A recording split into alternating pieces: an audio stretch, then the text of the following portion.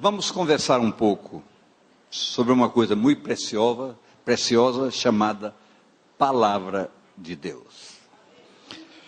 Lê 2 textos aqui, Êxodo 31, de 1 a 6, que diz assim: Depois falou o Senhor a Moisés, dizendo: Eis que eu tenho chamado por nome a Bezalel, filho de Ur, da tribo de Judá. E o enchi do Espírito de Deus, de sabedoria, de entendimento, de ciência em todos o artifício, para inventar invenções, é o que está escrito aqui, e trabalhar em ouro, em prata e em cobre, e em lavramento de pedras para engastar, e em artifício de madeira para trabalhar em todo labor. E eis que eu tenho posto com ele a Aholiabe, filho de Aissamaque, da tribo de Dan, e tenho dado sabedoria ao coração de todo aquele que é sábio de coração, para que façam tudo o que tenho ordenado. Êxodo 36, de 1 a 2.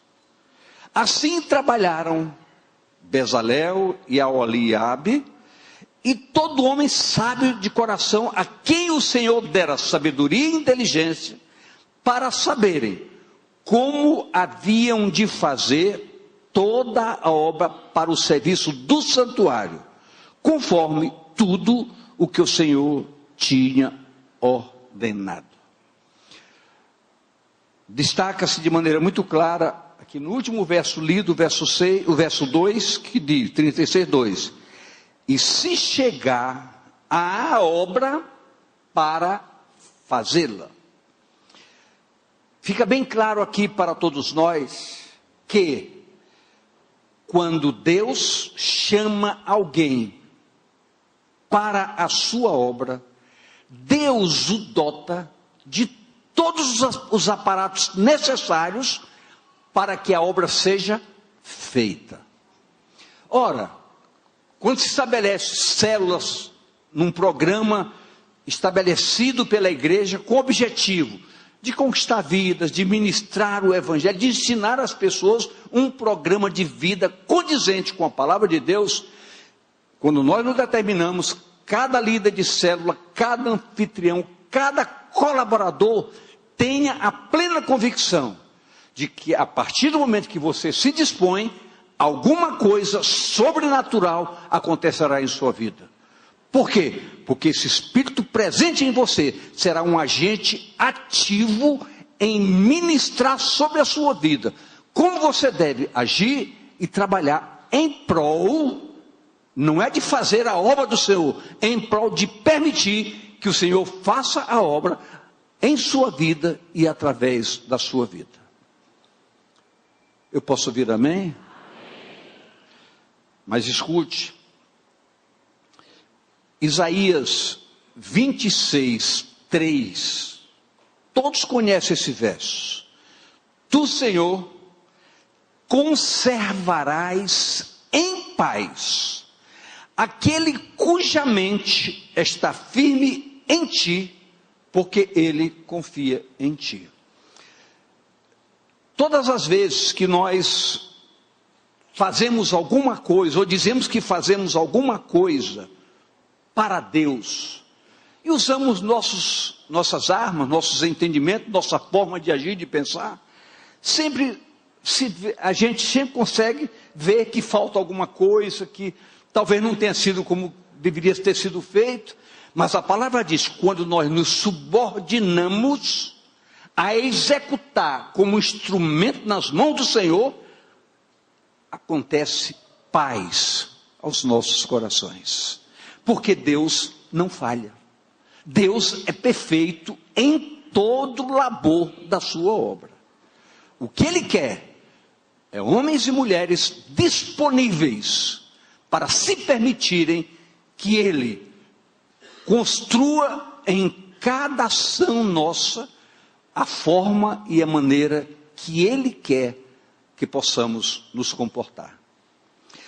Todos os aparatos que observamos na palavra, necessários para qualquer obra demandada por Deus, para fazermos, são devidamente disponibilizados por Ele, e o que precisamos fazer é tão somente descansar nele. Você consegue entender isso? Você consegue entender isso? Se você está disponível para ministrar a palavra de Deus, quando você busca na palavra, ela se revela através de uma ação sobrenatural para gerar entendimento para você. Você não tem que se preocupar, eu tenho que fazer isso para sensibilizar o povo. Não, você não tem que se preocupar com nada. A palavra se responsabiliza em trabalhar na sua vida. Porque o agente revelador da palavra chama-se Espírito Santo de Deus. E o importante para todos nós, não apenas para um entendimento, mas para uma ação operativa, é que nós saibamos reconhecer que somos privilegiados por sermos instrumentos para que Deus use para fazer a sua obra. Isso é fundamental para todos nós. Isso tira de nós preocupação, ansiedade, angústia. Por quê? Porque quem prometeu é fiel para cumprir radicalmente o seu propósito.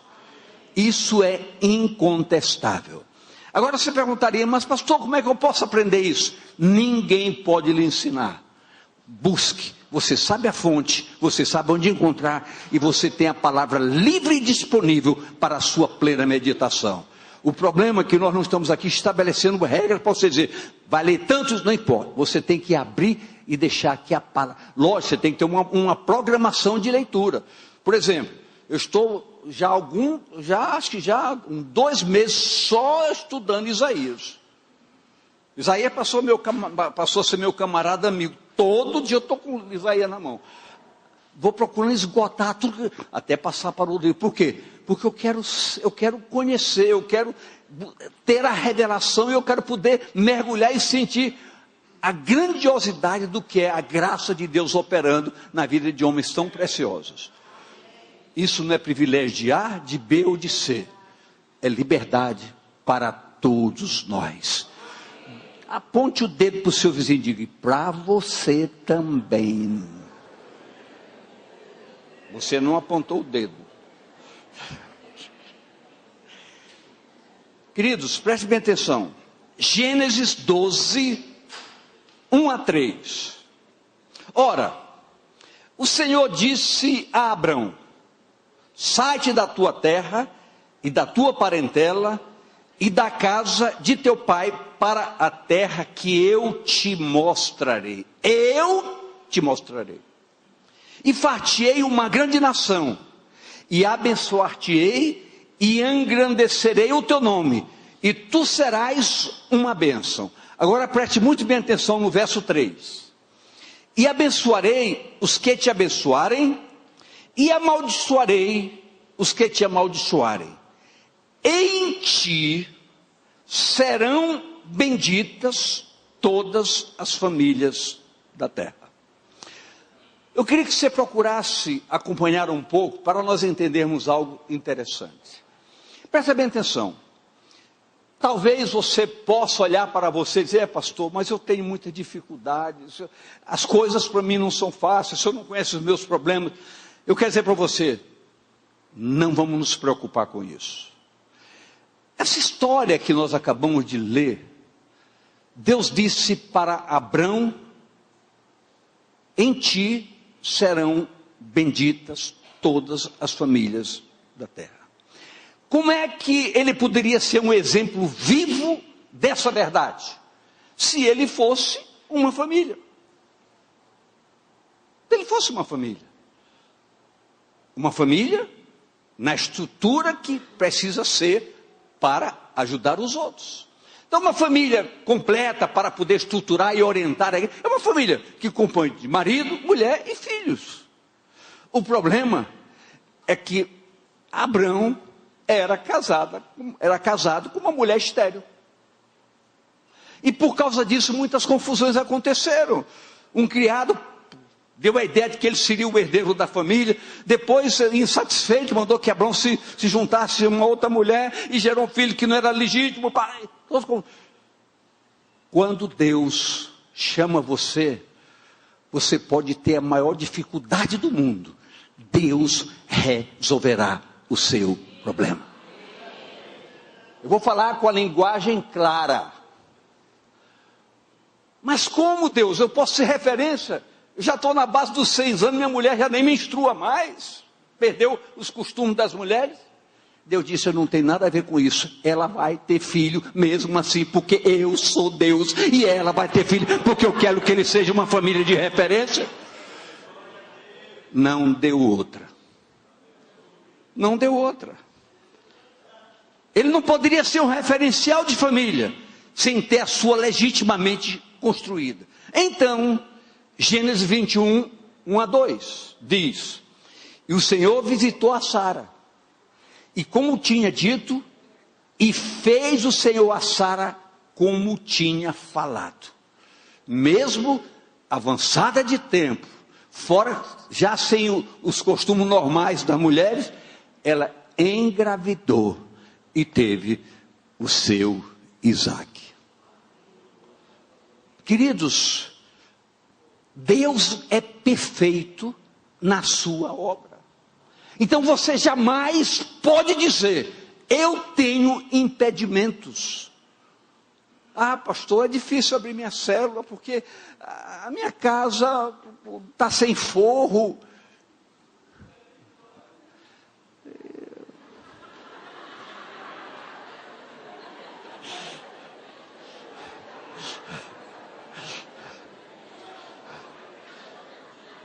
Minha rua não está asfaltada, tem buraco. Você quer ver sua casa ficar nova e sua rua ser asfaltada? Tenha um propósito com Deus. Firme propósito, vai acontecer. Você vai, nem se espantar, você vê os carros passando na sua rua, já as escavadeiras ali. Queridos, Deus é assim. Sara estava no caminho dos 100 anos, engravidou.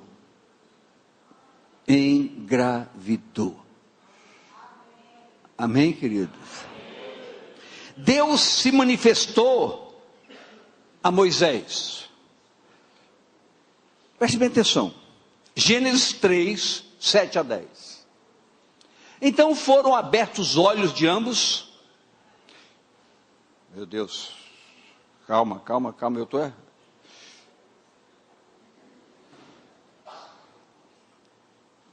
Esqueça o texto. Eu coloquei o texto errado aqui. Excuse me. Perdoe-me.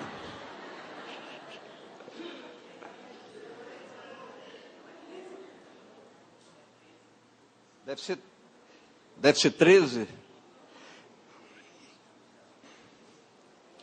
Bom, o que eu quero mostrar é que quando Deus se manifestou a Moisés, para que Moisés fosse o agente de libertação do povo de Israel que estava escravizado no Egito, a equipe aqui está correndo para me dar o texto certo. Sabe que é isso que às vezes eu fico cochilando, meditando.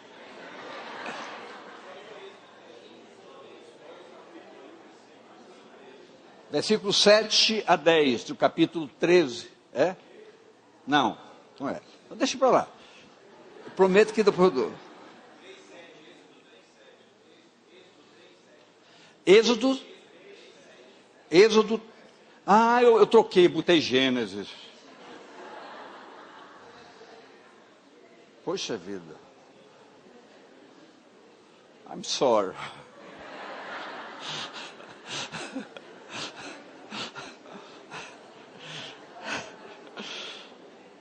Bom, então coloca lá. Êxodo 3, a 7. E disse o Senhor, tenho visto, eu troquei só o livro, o texto é meu. Tenho visto atentamente a aflição do meu povo que está no Egito, e tenho ouvido o seu clamor por causa dos seus exatores, porque conheci as suas dores. Por favor, conheci o quê? Eu queria ouvir de você mais alto. Conheci o quê? Deus conhece todos os seus problemas. Não precisa você dizer, Deus vê. Deus sabe o que está acontecendo conosco. Ele cuida de nós. A Bíblia diz categoricamente, ainda que teu pai e tua mãe se esqueçam, eu não me esquecerei de você. Deus cuida de todos nós. Tem um zelo sobrenatural sobre nossas vidas. Ora, então, tantos obstáculos, tantos confrontos, portanto, desci para livrá-los da mão dos egípcios, e para fazê-los subir daquela terra para a terra boa e larga, e uma terra que emana leite e mel, ao lugar do cananeu, o heveu, etc, etc. E agora, eis que o clamor dos filhos de Israel chegou a mim, e também tenho visto a opressão com que os egípcios os oprimem.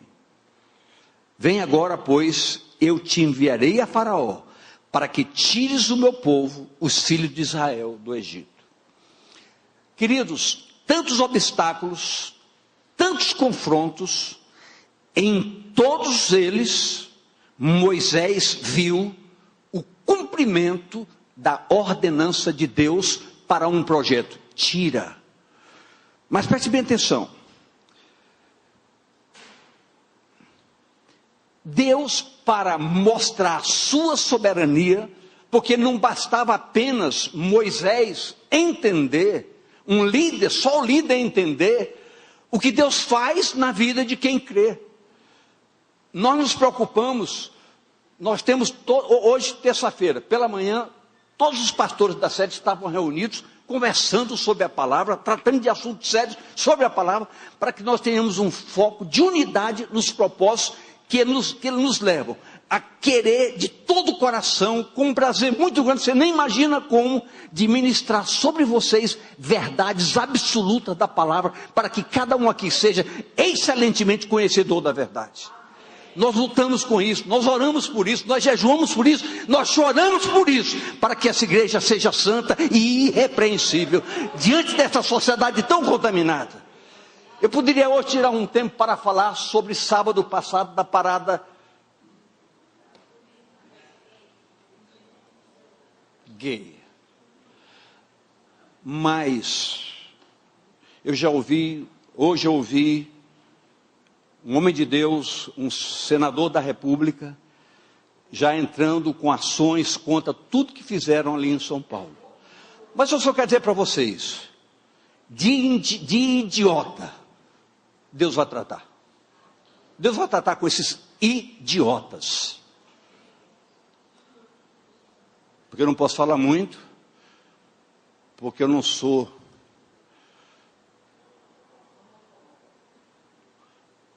homofóbico. Mas nessa hora a fobia vem e dá vontade de dizer algumas coisas. Não é, Davi?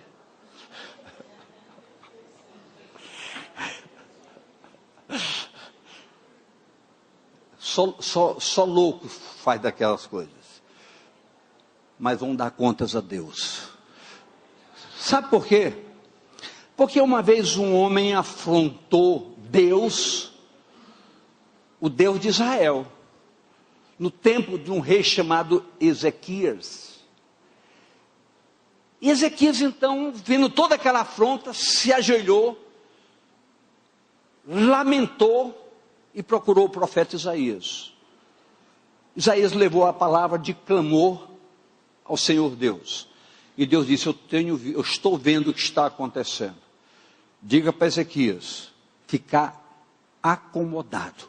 Eu defenderei o meu nome. E acabou com a afronta do inimigo. Então, querido, nós não temos que nos preocupar. A afronta foi a um Senhor chamado nosso Deus. Deus dará a paga a todos. Não é que nós estamos torcendo para o mal contra ninguém, mas absurdos não ficam impunes. Escute, igreja, está bem claro, essa ação operativa da graça de Deus não é uma ideia que nós estamos construindo, é na realidade um fundamento dos propósitos de Deus para conosco. Nós sabemos que o que aconteceu ali no Egito não foi fácil, não que Deus não pudesse fazer de imediato, mas a palavra nos diz claramente, quando nós somos conquistados, as coisas não acontecem às pressas, porque o Senhor é que vai nos conduzir na nossa dianteira e na nossa retaguarda. É por isso que muitas vezes a gente não pode se iludir com braços levantados, porque a obra no levantar do braço é um simples começo. Daí a nossa preocupação da pessoa vir, anotar nome para manter contato. Todas as pessoas que domingo estiveram na frente já receberam contatos telefônicos e, se necessário, receberão visitas. O que nós entendemos é que, para se desenvolver esse fundamento na vida das pessoas, precisa de muita palavra, de muita oração e de muito propósito. Então, essa igreja, para nós, igreja, precisa ficar bem claro. Olha o que nos diz Gênesis 28:15. E eis que eu estou contigo, e te guardarei para onde quer que fores. Eu te farei tornar a esta terra, porque não te deixarei, ainda que te haja feito o que te tenha dito. Então Deus fez tudo o que disse através de Moisés, mas a saída não foi fácil. 10 momentos Deus permitiu rejeição, confrontos e afrontas, 10 pragas, até que chegou a hora de Deus dizer, agora é a hora de sair, e o povo saiu.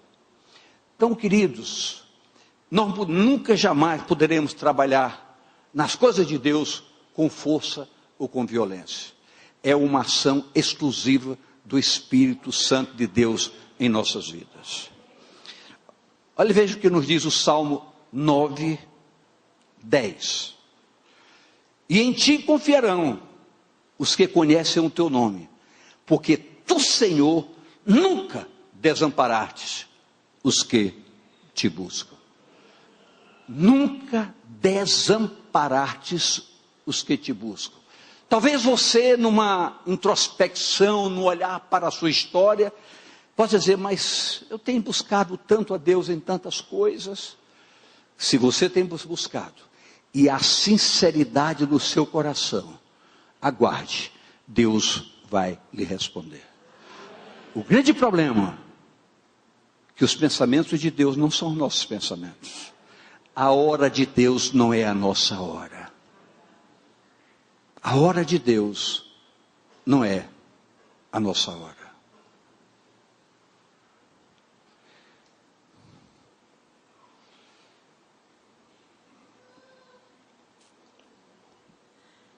Por causa dessa obediência, o mar se abriu, águas amargas se tornaram doce,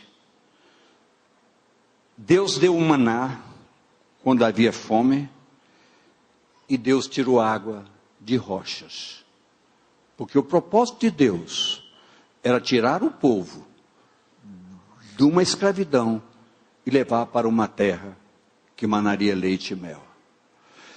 Na caminhada, muitos obstáculos, mas em todos eles, Deus agiu. Queridos, a Bíblia nunca foi um compêndio de liturgias. A Bíblia é um fundamento de sustentação da fé. Todos que andam na palavra, a palavra se cumpre na sua vida.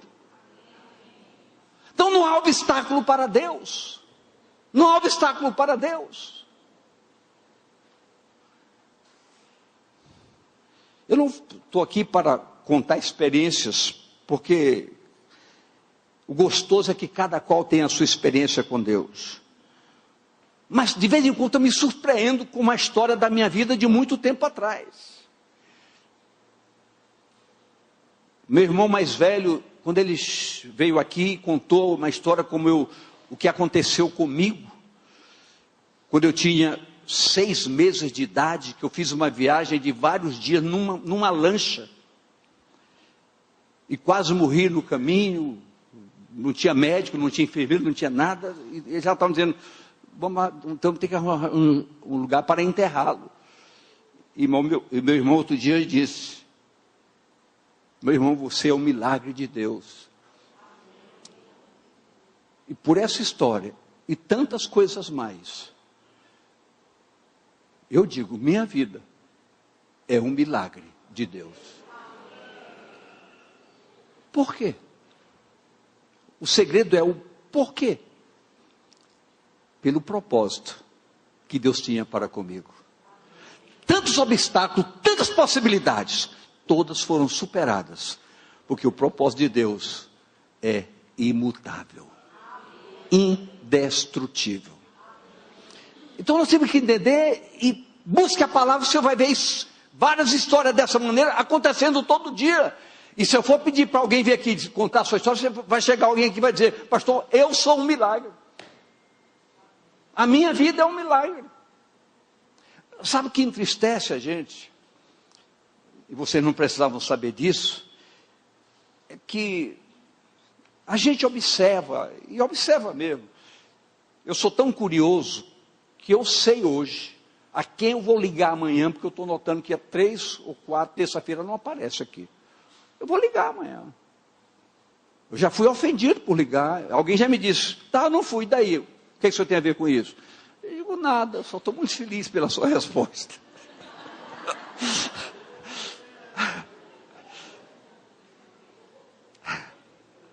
E depois essa pessoa me pediu perdão e foi perdoado. Mas também não me machucou. Mas a gente se entristece como vê que as pessoas parece que não querem. A pessoa parece que não quer. Vem, some, desaparece. Parece que não quer. Deixa a delícia de um prato bem feito para comer porcarias lá fora.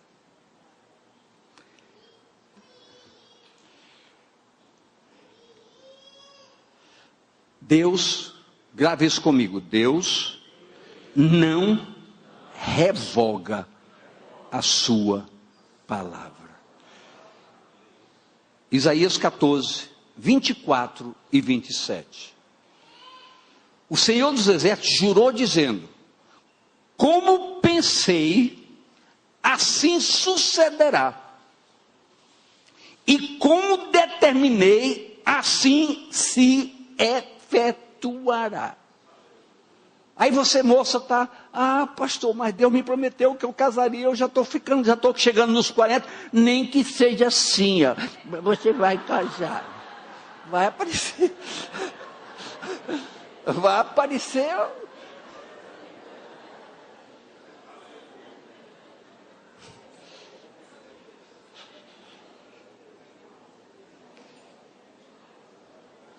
(27) Porque o Senhor dos Exércitos o determinou. Quem, pois, invalidará? E a sua mão estendida está. Quem, pois, a fará voltar atrás? Queridos, o segredo de tudo isso é o mecanismo de fé e de atividade com as coisas de Deus que nos levam a uma fé inabalável. Então nós começamos a ver que a nossa fé não é quantitativa, é qualitativa. O que é essa fé qualitativa? É a fé que é verdadeira. E ela nos leva a fundamentos tão fortes que nós começamos a ver a palavra sair da palavra e adentrar na nossa vida. Ela sendo resposta, ela sendo fundamento. É você vendo coisas acontecerem com você que lhe surpreendem. que você é capaz até de afrontar as pessoas contando, não vão acreditar o que pode acontecer com você. Busque a experiência com Deus, que você vai ver sua vida totalmente diferenciada. Ore, medite na palavra, consagre sua vida, pague o preço. Você não vai deixar de estudar, você não vai deixar de trabalhar, você não vai deixar de brincar, você não vai gostar de assistir um filme decente, você não vai evitar nada, sua vida será normal. O que será anormal será a graça de Deus na sua vida. A do nariz, acho que eu já mostrei aqui, eu já falei aqui, eu acho que eu já falei. Não falei? Não, é porque alguns dias atrás surgiu tipo um sinal aqui no meu nariz. E aquilo, por mais que eu segurasse o braço, enquanto eu estava aqui, ó. Eu segurava o braço, mas... Aí começou a criar uma casquinha. E eu arrancava essa casquinha e ficava muito vermelho. E eu olhava no espelho, essa cor está estranha. E aquilo não doía, nada. Mas aquilo começou a me preocupar. Eu tirava a casca, vinha casca. Tirava a casca, vinha casca. E teve um dia que eu estava assim na noite, eu peguei mesmo e arranquei.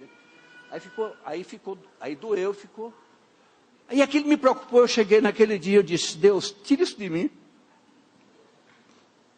No dia seguinte, não tinha nem marca. Estou falando diante de Deus essa verdade. Então, agora, adianta eu estar contando? Não adianta eu estar contando, porque foi minha experiência. Eu disse, Senhor, tira isso de mim. Mas eu disse com tanta contrição que aconteceu. Agora, ninguém é obrigado a acreditar. A obra redentora de Deus é pela graça em Cristo Jesus. Não é diferente às prerrogativas disponibilizadas pelo Senhor e não fogem dos seus princípios e se fundamentam na própria palavra. Veja bem, Isaías 11, de 1 a 5. Porque brotará um rebento do tronco de Jessé, e das suas raízes o renovo frutificará. E repousará sobre ele o Espírito do Senhor, o Espírito de sabedoria, de inteligência, o Espírito de conselho, de fortaleza, o Espírito de conhecimento e de temor ao Senhor. E deleitar-se-á no temor do Senhor, e não julgará segundo a vista dos seus olhos, nem repreenderá segundo o ouvido dos seus ouvidos, mas julgará com justiça os pobres e repreenderá com equidade os mansos da terra, e ferirá a terra com a vara da sua boca, e com o sopro dos seus lábios matará o ímpio. Mas escute, e a justiça será cinto dos seus lombos, e a verdade o cinto dos seus rins. O que quero dizer com isso é que a palavra de Deus é uma verdade tão absoluta, que tudo que ela revela, ela não revela para nos mostrar alguma coisa ou dinamizar alguma coisa no nosso entendimento. Ela se revela com um propósito, de mostrar em nós quem Deus é verdadeiramente. É justo, põe o ímpio e dá honras ao correto. Isso é justiça de Deus. É a verdade. E nós temos que entender. O gostoso aqui é dizer, quem crê será salvo. Então vamos dizer agora festivamente, irmãos, todos nós que cremos seremos salvos. Amém, meu irmão? Amém. Agora vê se você tem o mesmo comportamento. Mas irmão, todos que não cremos seremos condenados. Por que não tem o amém? Porque o que nos interessa é sermos salvos. Mas para sermos salvos, temos que ser santos. E santidade demanda renúncia. Santidade demanda o quê? Comportamento correto. Na vida do santo não tem mentira, não tem prostituição, não tem traição, não tem um engano, não tem nada disso.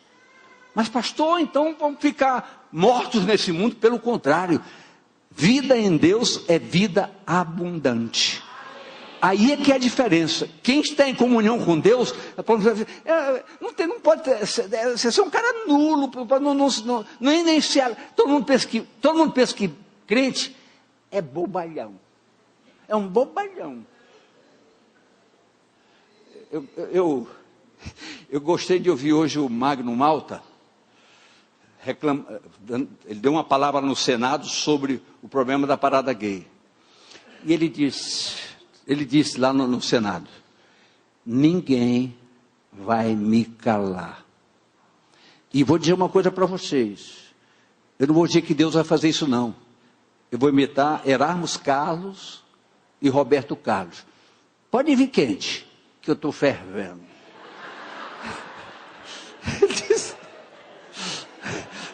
Ele disse, então, querido, nós temos que estar fervendo para enfrentar toda essa nojeira, esse fogo estranho lá de fora.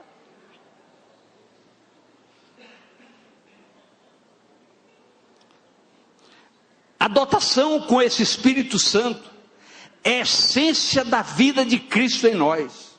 A real vida chamada vida na graça de Deus. O Espírito Santo disponibilizado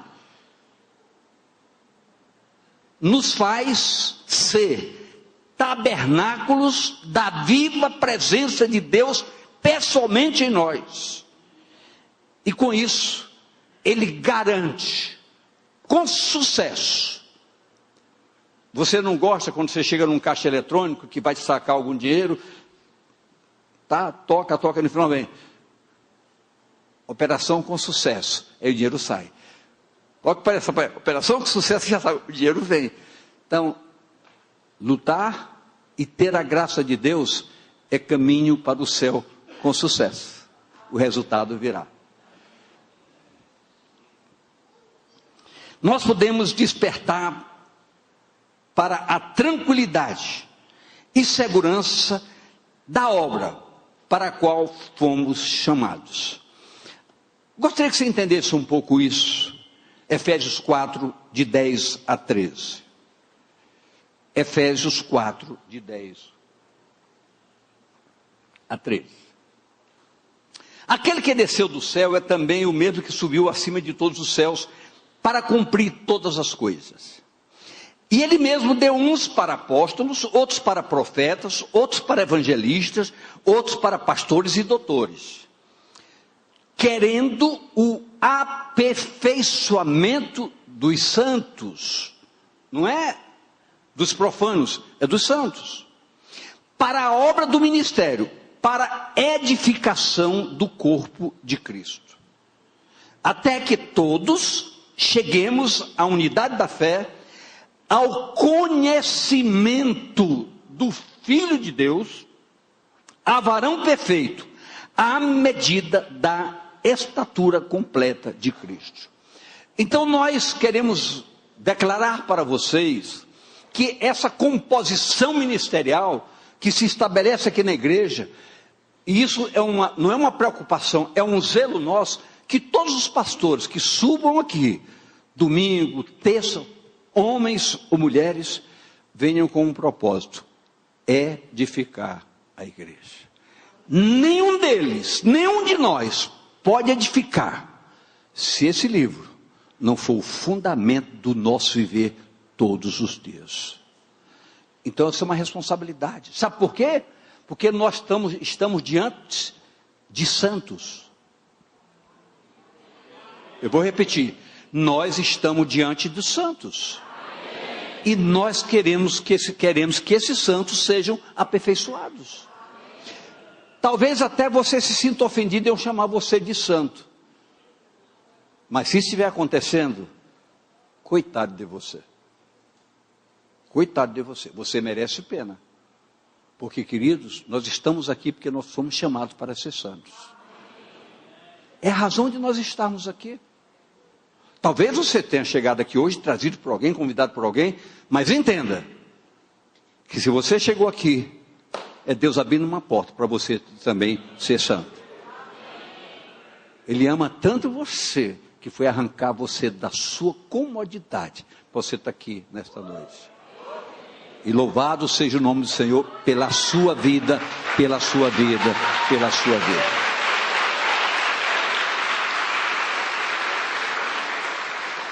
Então vamos entender.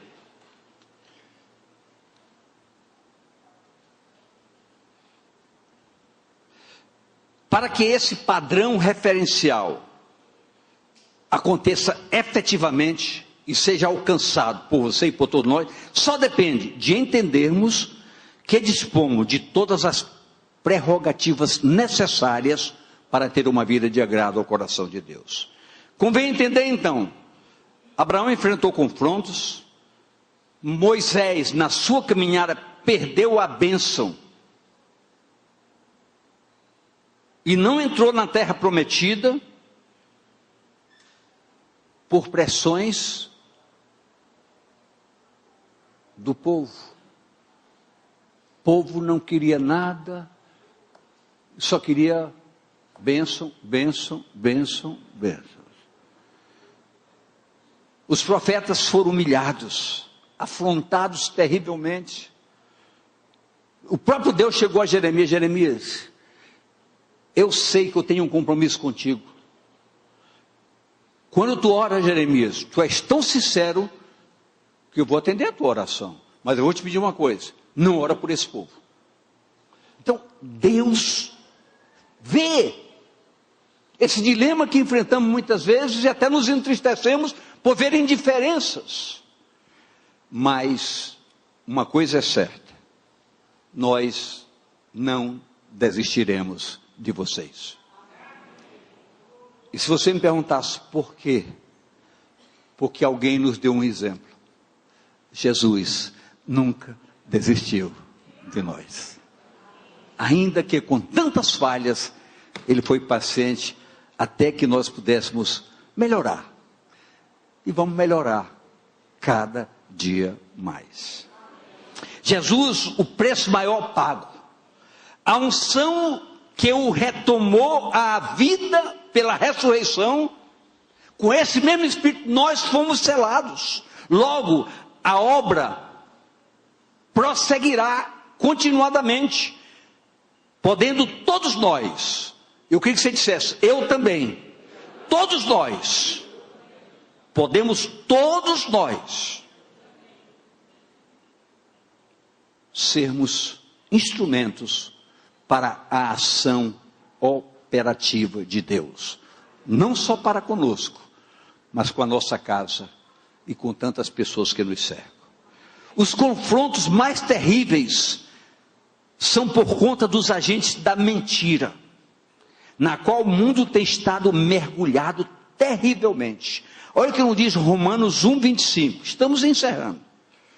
Pois mudaram a verdade de Deus em mentira, e honraram e serviram mais a criatura do que o Criador, que é bendito eternamente. Amém. Então muitas pessoas pegam corda de pessoas. Muitas pessoas são influenciadas por ideias de pessoas. Deixam de ouvir a palavra de Deus para se influenciarem por palavras deturpadoras. Contudo, essa unção, João 16:13. Mas quando vier aquele Espírito da verdade, ele vos guiará em toda a verdade, porque não falará de si mesmo, mas dirá tudo o que tiver ouvido e vos anunciará o que há de vir. Esse Espírito é ilimitado para nos conduzir a um patamar que o Senhor quer para todos nós. Igreja, por fim mesmo, eu queria dizer isso para você de pé. Só abra seu ouvidinho. Eu quero lhe dizer algo. Igreja, chegou a hora. Eu falei, chegou a hora de vivermos a qualidade de vida que agrade incondicionalmente o coração de Deus. Eu falei, chegou a hora de vivermos uma vida que alegre o coração de Deus. E nada pode fazer diferença nas nossas vidas, senão nos tornarmos íntimos com o Senhor. Nós ouvimos no começo desse culto uma palavra do pastor Marcelo, quando ele diz que muitas vezes nós nos quebrantamos por uma situação difícil que nós estamos vivendo. Nem o mal por isso, mas o gostoso é você se quebrantar sem problemas. Isso é muito mais gostoso.